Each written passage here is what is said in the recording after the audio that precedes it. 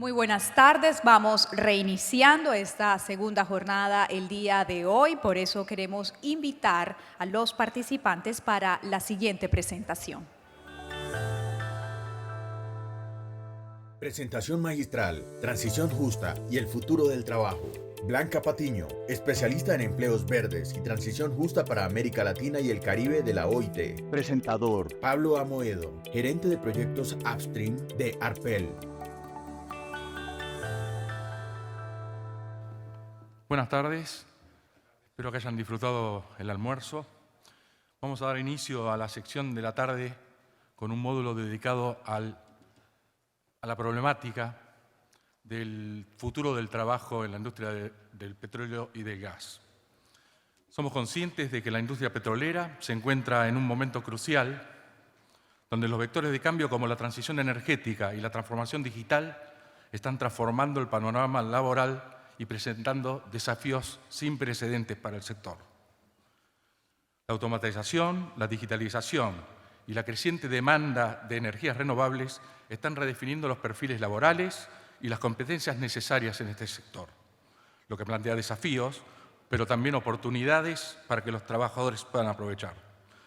Cuando pensamos cómo encarar este módulo, cuando estábamos armando la agenda técnica, nos planteamos la necesidad de contar con una mirada externa y experta, como la que puede brindarnos la Organización Internacional del Trabajo. Una mirada imparcial y tripartita que involucre a los trabajadores, los empleadores y los gobiernos para que con su conocimiento y experiencia en la promoción de políticas laborales justas nos ayuden a enfrentar los desafíos que se avecinan y sobre todo a aprovechar las oportunidades que se presentarán. Permítanme que les introduzca entonces a nuestra conferencista, Blanca Patiño, que es especialista en empleos verdes y transición justa para América Latina y el Caribe de la Organización Internacional del Trabajo. Adelante, Blanca. Gracias.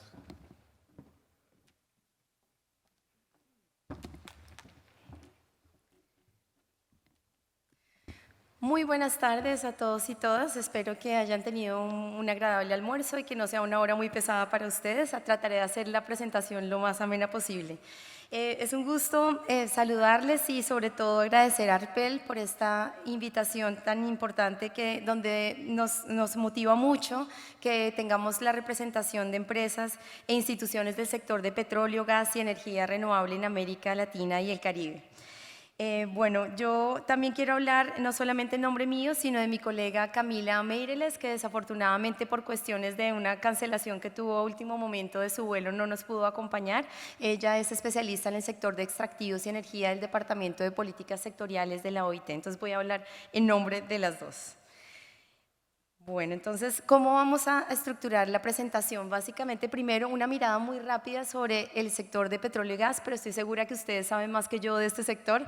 Yo lo que voy a hacer es, más que todo, como enmarcar un poco la importancia que tiene y a continuación enlazar todos estos argumentos con las megatendencias y los impulsores del cambio que se vislumbran en general para el futuro del trabajo, pero aplicado al sector de petróleo, gas y energías renovables. Y finalmente, una sección donde quiero comentarles sobre retos y oportunidades para un trabajo digno, sostenible en el sector de petróleo y gas y en las energías renovables. Esto pues está amparado con una reunión que la OIT realizó hace un par de años, en 2022, donde convocó a representantes de empleadores, trabajadores y gobierno para revisar todas estas megatendencias y se realizaron una serie de conclusiones que quiero compartir con todos ustedes. Entonces, ¿cuál es la importancia del sector de petróleo y gas? Bueno, pues en general podemos señalar que este sector hoy en día sigue siendo clave para la matriz energética mundial y un ingrediente básico en miles de productos manufacturados. La industria petrolera por sí sola contribuye al 3% aproximadamente del PIB mundial a 2019 y en términos de generación de empleo cuenta con aproximadamente 12 millones de personas empleadas en el suministro mundial de petróleo y gas también para 2019. Esto obviamente sin contar los empleos que pueden ser subcontratados y que hacen parte de la cadena de valor más amplia que probablemente pues daría unas cifras mucho más considerables.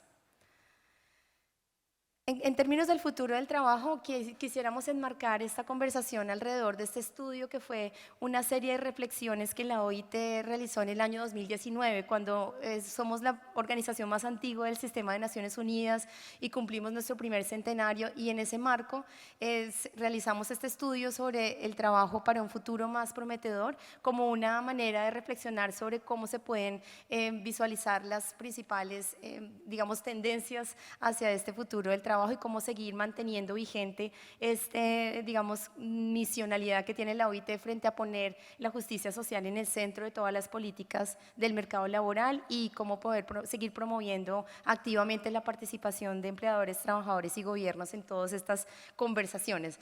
Y entonces en este estudio se definen una serie de grandes transformaciones aplicables a cualquier sector, que son básicamente los cambios tecnológicos, los cambios demográficos, la transición en una economía baja en emisiones de carbono, e incluso también se habla un poco sobre la globalización, pero yo voy a tomar esta consideración de estas tres primeras grandes tendencias para poder aplicarlas y cómo se vislumbran en el sector de petróleo, gas y energías renovables.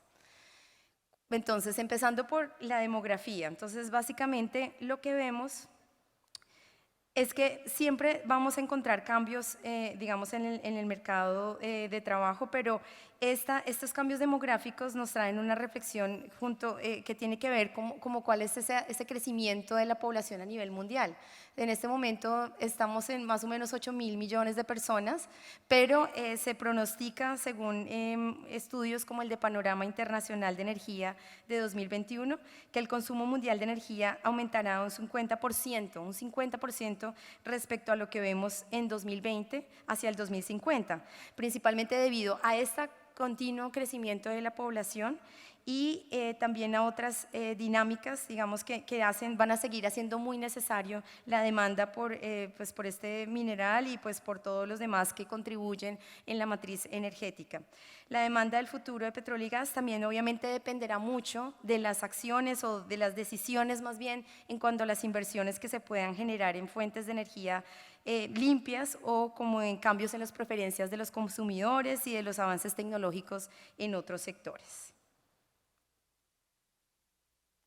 En cuanto a los avances tecnológicos, bueno, todos sabemos que la industria del petróleo y gas es altamente, digamos, industrializada, cuenta con una gran intensidad en términos de capital, por lo que digamos que siempre está a la vanguardia de toda la utilización de todos estos avances tecnológicos. Es un sector que invierte mucho en la automatización, en la robótica, en la conectividad digital y en reducir, digamos, todo esto para la mejor gestión de su cadena de suministro y para optimizar las operaciones y el mantenimiento y reducción de sus costos de producción.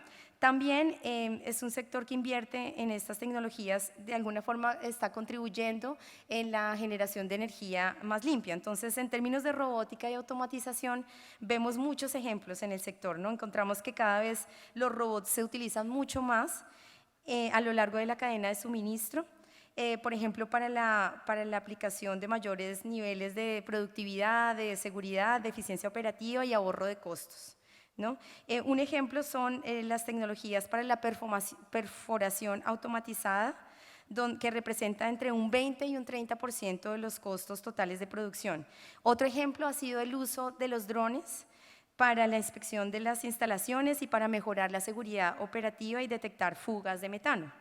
Con respecto a las fuentes de energía sostenible, la mayor parte de las iniciativas está contribuyendo a las emisiones de alcance 1 y 2, que son básicamente las que se refieren a la cadena de suministro como tal y que se relacionan más a las llamadas del pozo al depósito o del pozo al medidor, y no a las emisiones de alcance 3, es decir, estas son realmente las que más contribuyen en los gases de efecto invernadero. Cerca de un 70% de los gases que se generan como tal en la industria vienen de este último alcance. Entonces, desafortunadamente, pues los alcances en ese último son mucho más limitados por el momento, dados los avances en la tecnología.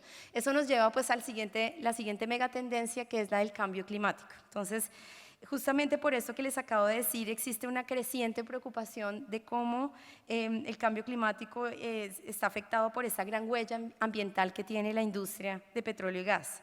Entonces, si mantuviéramos las condiciones actuales de las reservas probadas de petróleo y de gas, no sería posible, según los expertos y la Comisión, digamos, de Cambio Climático, no sería posible realmente llegar a hacer posible los acuerdos frente al cambio climático que nos define el Acuerdo de París.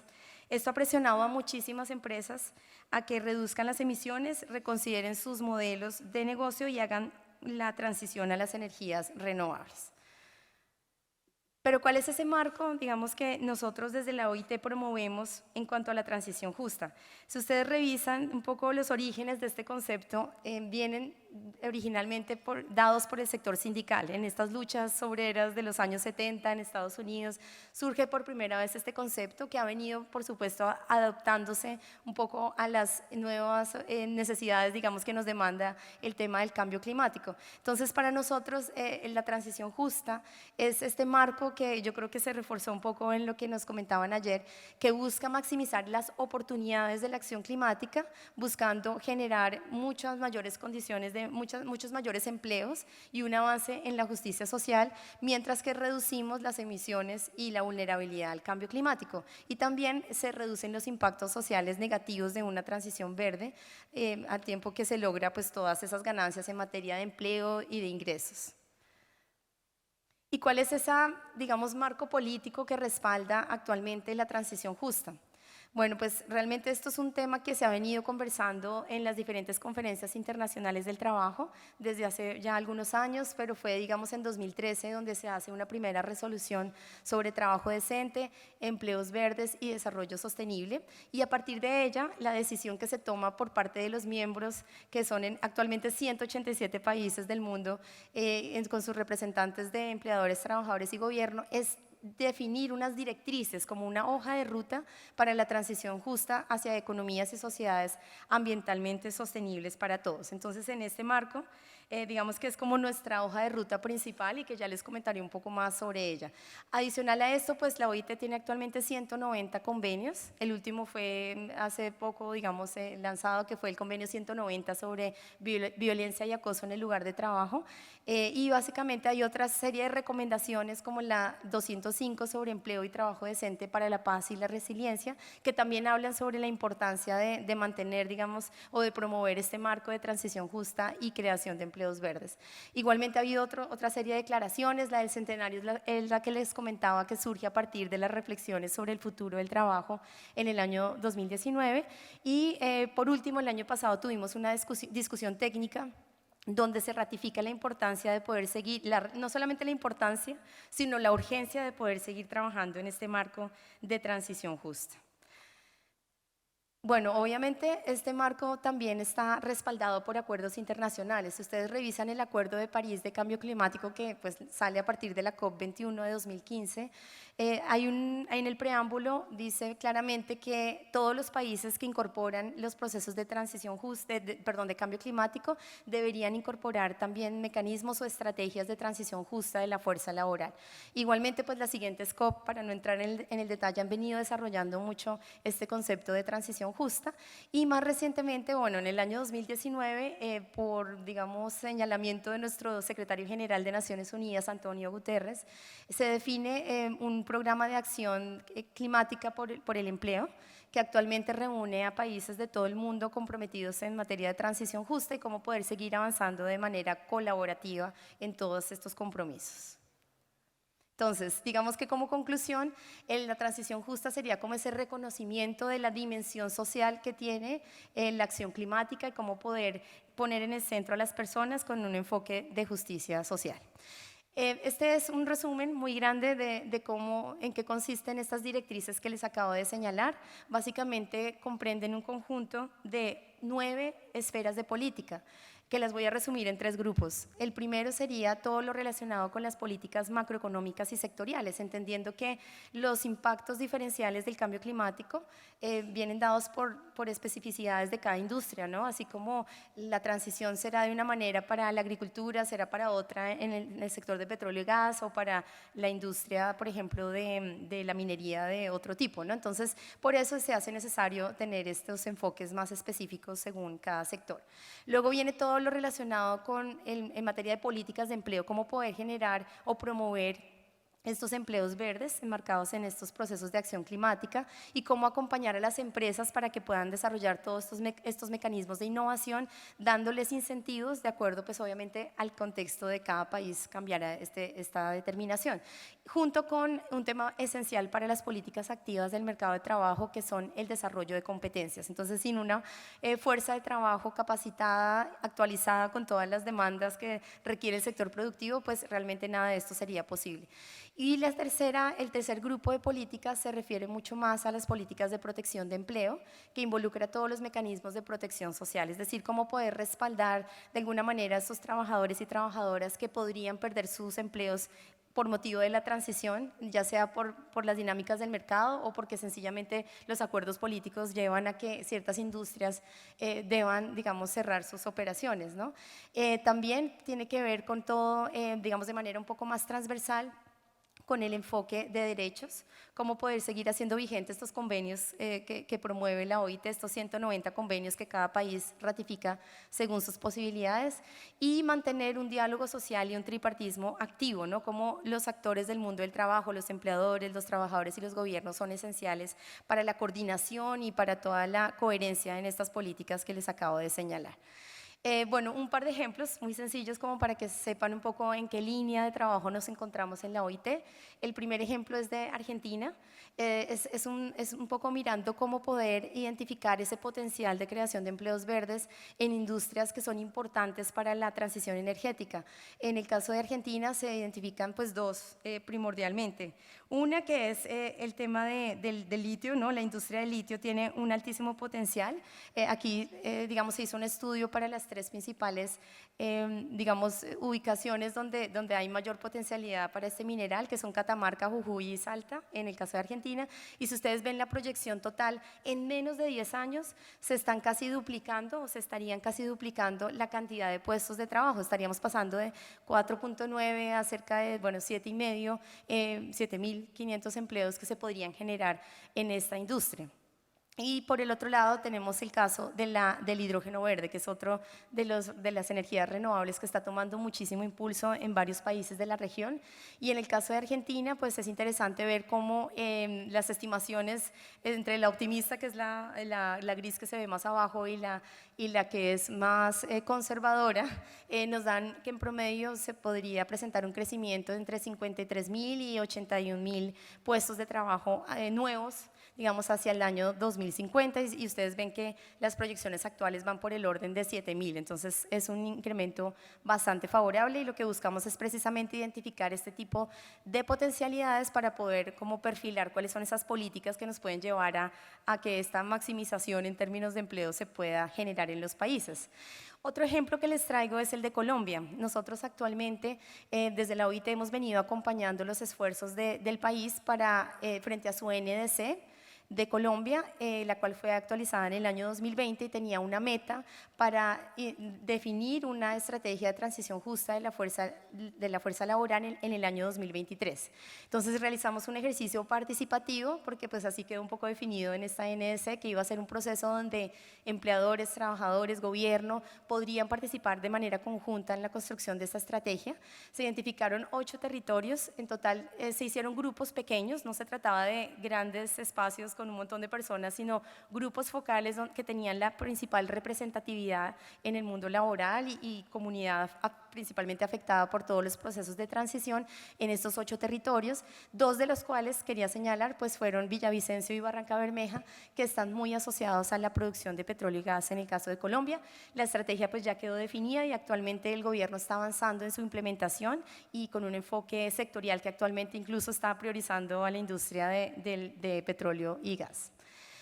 Bueno, entonces frente a esto que les acabo de señalar, ¿cuáles serían esos retos y oportunidades para un trabajo digno y sostenible? Entonces aquí es un poco revisar el panorama actual en materia de posibles pérdidas, ganancias en materia de empleo para el sector. Entonces la transición energética podría provocar un fuerte descenso del empleo. Esto es algo que diferentes estudios de la OIT nos han venido señalando. Hay un estudio que realizamos también para América Latina y el Caribe junto con el BID, que nos señala que se podrían crear cerca de 25 millones de empleos de aquí al 2030, pero se podrían perder cerca de 7,5 millones más o menos. Es decir, la ganancia neta parece ser muy positiva, pero de todas formas existe un riesgo muy grande de que muchos empleos se puedan perder. Y parte de estos estudios, bueno, estos sí ya es más a nivel global, nos indican que por lo menos en el sector de petróleo y gas se podría presentar un descenso en la demanda de empleo hasta de 1,6 millones de puestos de trabajo de aquí al 2030 en el sector de refinamiento de petróleo y una pérdida de 1,4 millones de empleos en la extracción de crudo de aquí al 2030.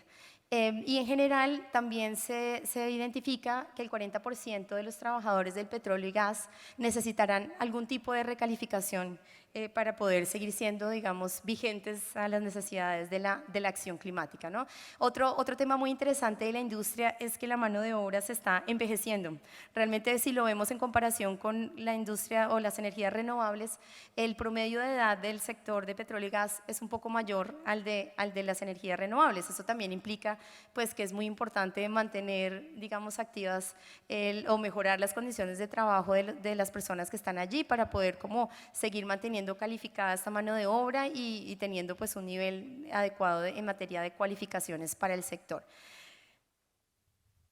Bueno, en cuanto a las energías renovables, ¿cuáles son los pronósticos? Ustedes recuerdan, les señalé al inicio que el sector de petróleo y gas tenía algo así como más o menos 12 millones de empleos que estaban pues mal contados, ¿no? Porque faltaba tener en cuenta los empleos indirectos o inducidos, pero si ustedes ven la cifra que actualmente tenemos de energías renovables está superando los empleos en la industria de petróleo y gas. Estamos hablando de cerca de 14 millones de empleos en el sector de energías renovables a 2022.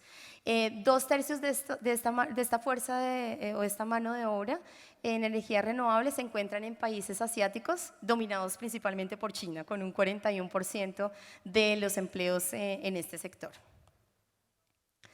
En cuanto a las condiciones de trabajo,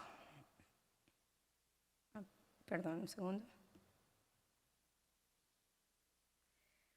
Bueno, los salarios, las condiciones de trabajo y los beneficios sociales en la industria de petróleo y gas son generalmente mejores que los de muchas otras industrias.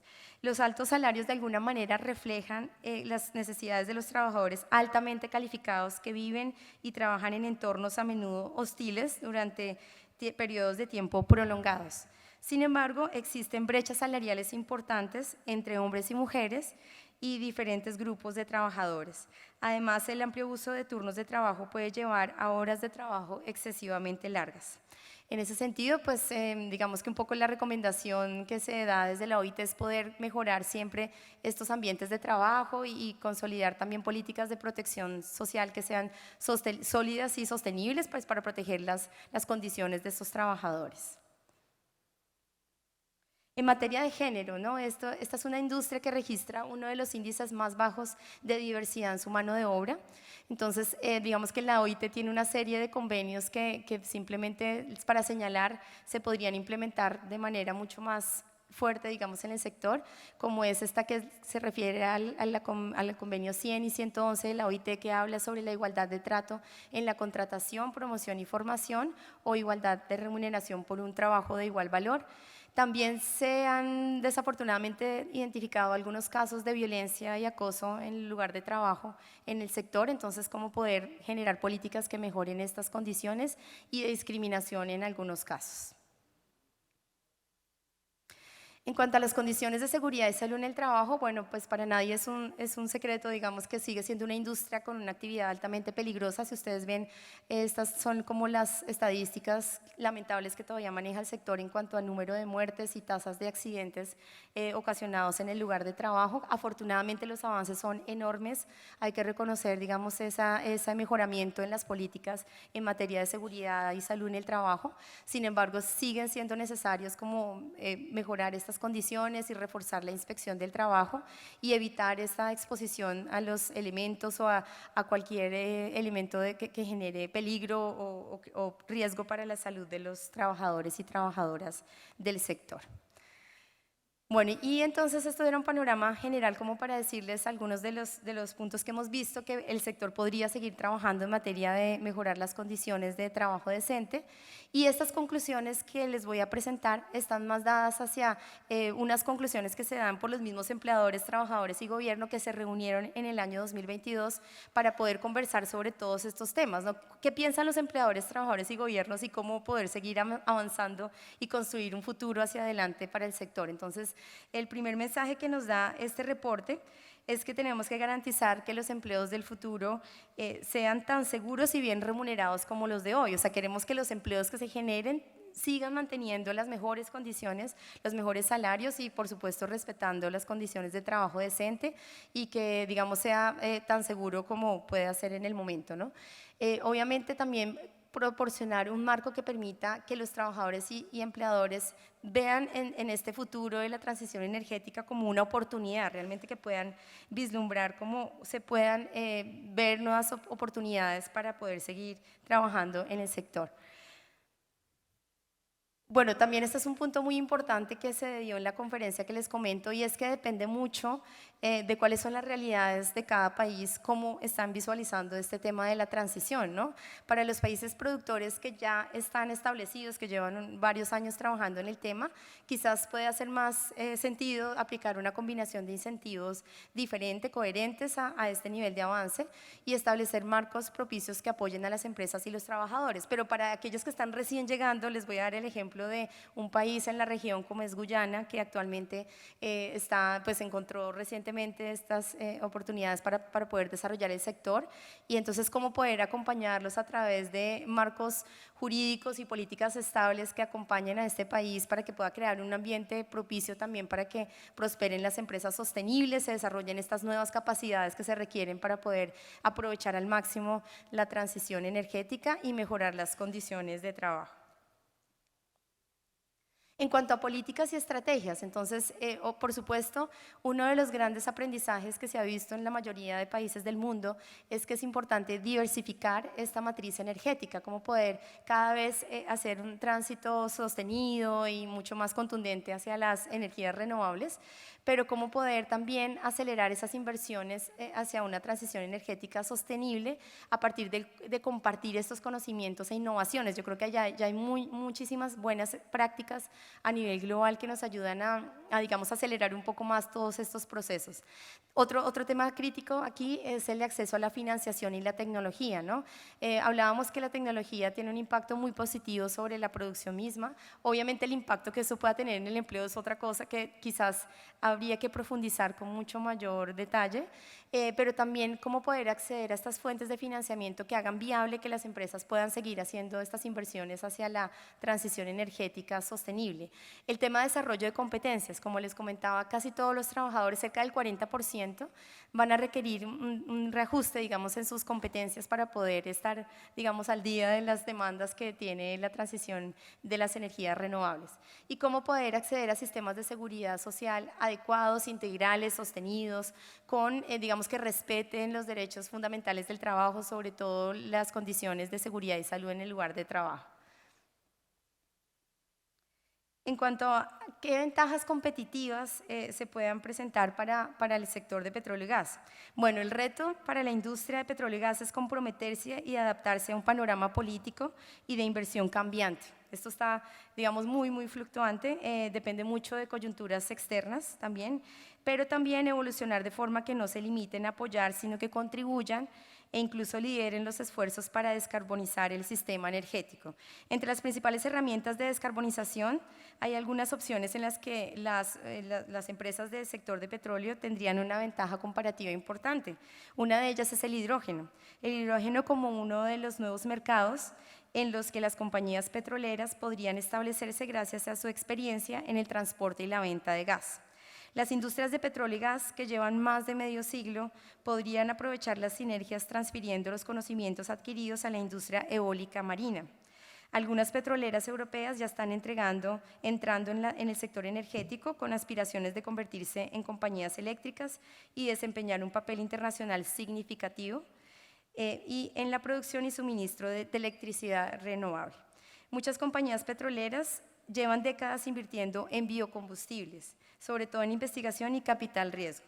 Se trata de una tecnología, la captura y almacenamiento de carbono, es una tecnología que ya están invirtiendo todas las compañías petroleras y que podrían ayudarles a mantener su negocio a corto plazo de diferentes maneras, como la reducción de emisiones de sus operaciones, la reducción de la huella de carbono y especialmente el impulso de nuevas líneas de negocio como la producción limpia de hidrógeno.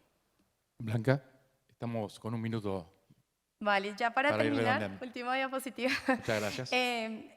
Quería finalizar con esta parte, digamos, un poco más social, cuáles son como esas posibilidades que tiene el sector de minimizar estos impactos sociales negativos, es básicamente cómo poder generar mejores relaciones laborales, ¿no? Mecanismos como la negociación colectiva, mejoran esas cooperación entre empleadores y trabajadores y cómo poder mejorar ese vínculo entre educación y empleo, ¿no? Que la educación que se genere sea pertinente para las necesidades del sector productivo, que exista una mejor política en materia de diversidad e inclusión como una fuente también estratégica de crecimiento sostenido de las compañías y básicamente cómo las empresas pueden estar mejor alineadas a las políticas en materia de transición energética. Muchísimas gracias y adelante. Bueno, muchas gracias, Blanca. Bueno, justo en horario, así que entregamos al panel que sigue el escenario. Gracias.